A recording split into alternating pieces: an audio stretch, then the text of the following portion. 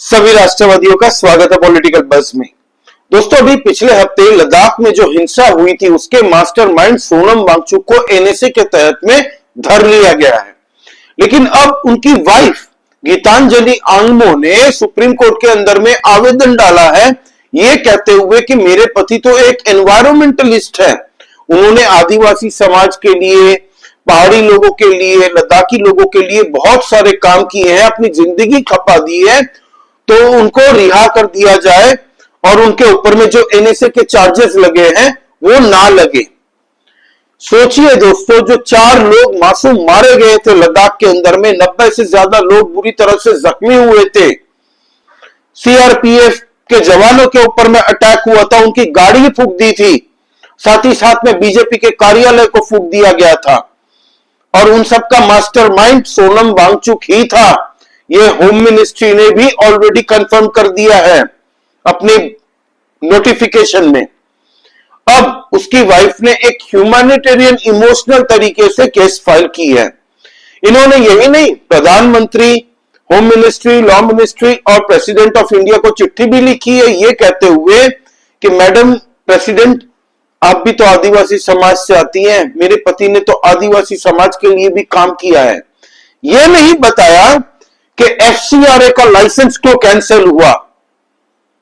इनकी जो एनजीओ है दोस्तों, इनका जो इंस्टीट्यूट है जिसमें करोड़ों रुपए की विदेशी फंडिंग इन लोगों ने रिसीव की है, 9 बैंक अकाउंट्स हैं, जबकि इन लोगों ने पब्लिक नहीं किया था, सारे अकाउंट की डिटेल को छुपा दिया था। 9 में से 3 का ही सरकार को जायजा दिया था कि हमारे पास 3 अकाउंट लिंक है, जबकि 9 बैंक अकाउंट लिंक थे।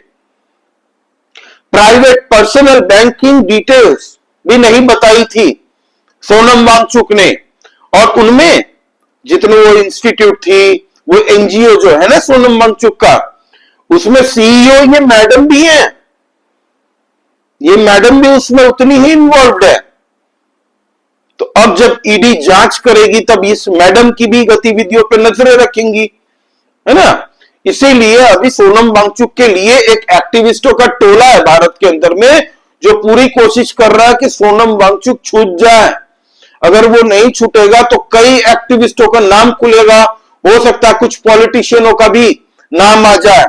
हम देख रहे हैं किस तरीके से आम आदमी पार्टी के पेट में सबसे ज्यादा दर्द शुरू हो चुका है जब से सोनम वांगचुक को पकड़ा है। कल गांधी जयंती थी, देखिए सौरभ भारद्वाज नौटंकी करने पहुंच गया था, वहां पे रिक्वेस्ट की है कि सोनम वांगचुक स्वस्थ रहे, ठीक रहे और वो बरी हो जाए। तो ये जो एक्टिविस्टों का टोला है ना, सोनम वांगचुक को भी एक पॉलिटिकल पार्टी का रूप देने के लिए विदेशी ताकतें इसको ग्रूम कर रही थी कई सालों से, जिस तरीके से अरविंद केजरीवाल को ग्रूम किया था।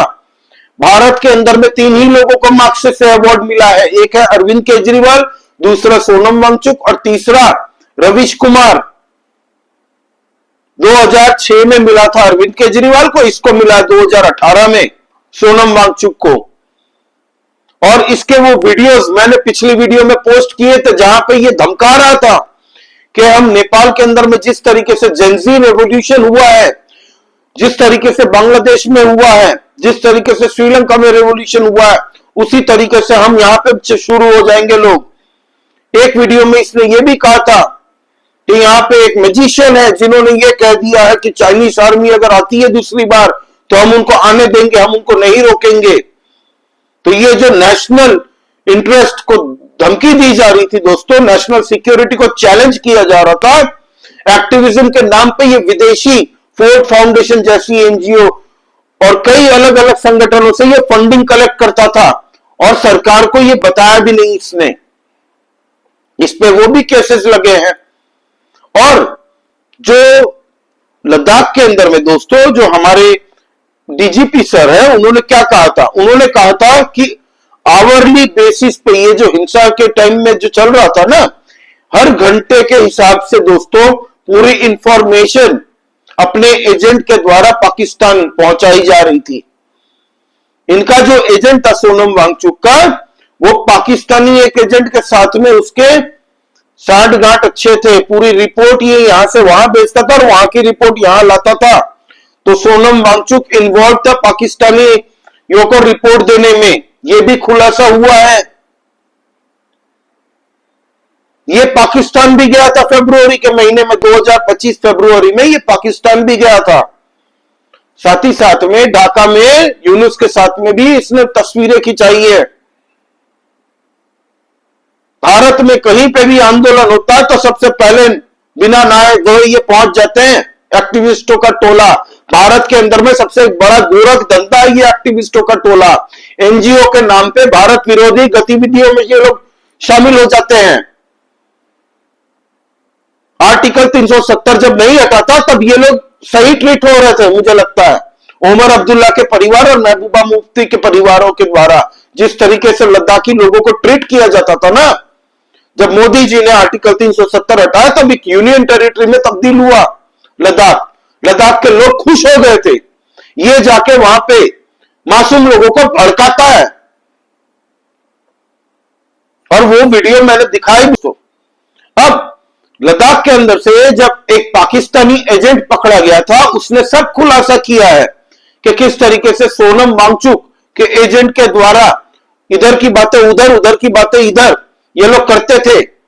उसके व्हाट्सएप मैसेजेस की डिटेल सब हमारी एजेंसीज के पास में है और वो बंदा जो पकड़ा गया था वो खुद कबूल कर रहा है। सोनम वांगचुक पाकिस्तान में गया था डॉन न्यूज के एक प्रोग्राम में फरवरी महीने में। वहां पे इंग्लिश में, पाकिस्तान के अंदर में इंग्लिश में एनवायरमेंट के ऊपर में ज्ञान देके आया, सेमिनार कॉन्फ्रेंस करके आया। भाई आज की डेट में लोग दूसरे कंट्री जाते ही नहीं है भाई कॉन्फ्रेंस करने, until and unless it's a huge. अभी ऑनलाइन हो जाता सेमिनार, नहीं दरअसल बात यह है ये वहां पे मिलने गया था कुछ लोगों से। ये सच्चाई नहीं बता रही है। मैडम ने जो सुप्रीम कोर्ट के अंदर में अपील डाली है वो ये डाली है कि एनएसए के तहत में जो चार्जेस मेरे पति के ऊपर में फ्रेम किए गए हैं उसको वापस लिया जाए। वो तो एक शोधकर्ता है, साइंटिस्ट है, एक बड़े एनवायरमेंटलिस्ट है, उन्होंने तो प्रकृति की हमेशा बात की है। तो ये जो फॉरेन फंडिंग आई है, जो छुपाया गया है और इसमें फंड दूसरे देशों में दिया भी है, उसके भी ट्रेसेस मिले हैं। अब ईडी इसमें इन्वॉल्व होगा। ईडी तो एक एक चीज, एक एक मॉनिटरी ट्रेल को पकड़ेगा, कहां से आए, किसने दिए, और पूरी जांच होगी। तो मुझे जो पर्सनली लगता है भाई साहब के ऊपर से एनएसए का केस नहीं हटेगा। एनएसए ऐसे ही नहीं लग जाता। एनएसए लगाने से पहले एक कमिटी बैठती है और ये डिसाइड करती है कि क्या एनएसए इसके ऊपर में लग सकता है कि नहीं, उसके बाद में एनएसए लगता है। मैडम बोल रही है वो कैसे है, उनका हेल्थ के बारे में मुझे नहीं पता, मुझे मिलने भी नहीं दिया जा रहा सोनम वांगचुक से। क्यों मिलने दे भाई, क्यों मिलने दे? अभी पूछताछ का दौर है, पूरी इन्वेस्टिगेशन चल रही है। और ये जो एक्टिविस्टों का टोला होता है ना दोस्तों, इनके पीछे बहुत सारे लोग खड़े हो जाते हैं। प्रशांत भूषण ने भी एक प्लेटफॉर्म पे आज एक वीडियो पोस्ट की थी और डिलीट कर दिया बाद में। क्यों पता है? वो ऑपरेट हो रहा था चैनल, वो हैंडल जो था एक प्लेटफॉर्म पे, वो पाकिस्तानी कोई लोग कर रहे थे ऑपरेट, और एआई के माध्यम से वॉइस चेंज करके एक तरीके से दिखाने की कोशिश की गई कि लद्दाख के लोग एकदम पूरी तरह से डिप्रेस्ड है, खाना पीना छोड़ दिया, सोनम वांगचुक उनका चला गया, उनका सुपरमैन, उनका बैटमैन, उनका फैंटम। एक तरीके से ये दिखाने की कोशिश की जा रही है, जबकि reality is totally different from what they are trying to show. ये एक्टिविस्टों का टोला है ना भारत के अंदर में, ये लोग तो याकूब मेमन को फांसी की सजा रुकवाने के लिए रात को कोर्ट में चले गए थे। ये जो आम आदमी पार्टी की आतिशी मारलेना, उनकी मदर ने भी साइन की थी। तो ये एक्टिविस्टों का टोला जो है दोस्तों, ये सबसे बड़ा ढकोसला है भारत के अंदर में। अरविंद केजरीवाल भी एक्टिविस्ट था, मनीष सिसोदिया भी एक्टिविस्ट था। इन लोगों को भारत के सिस्टम के अंदर में प्लॉट किया गया है, बाकायदा फंडिंग की है, इनका लालन पालन करके। फोर्ड फाउंडेशन जैसी संस्थाएं इनको फंड करती थी।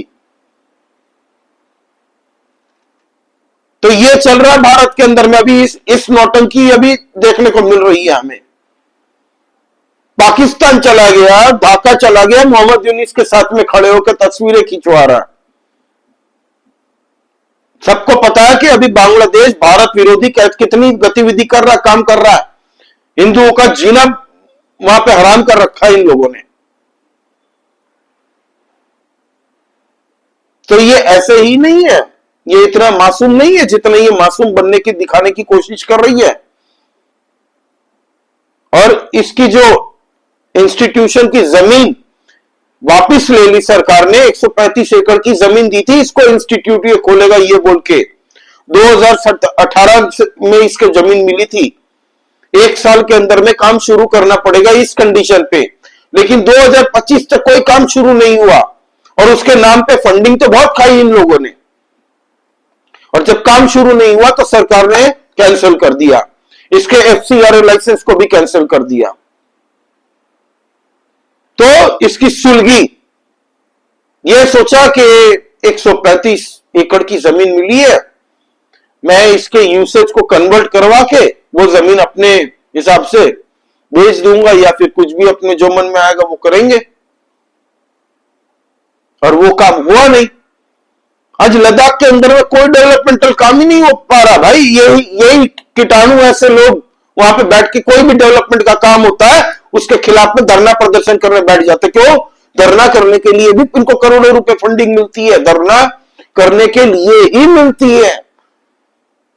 बॉर्डर एरिया है, वहां पे कंस्ट्रक्शन का काम हो, इंडस्ट्रियलाइजेशन हो, ये नहीं चाहते ये लोग। बोलते हैं एनवायरमेंट खराब हो जाएगा। ऐसे 2 टके के जाहिल जटिल एक्टिविस्ट अगर होते ना चाइना के अंदर में, उल्टा टांग के स्पाइडरमैन बनाया जाता ही है।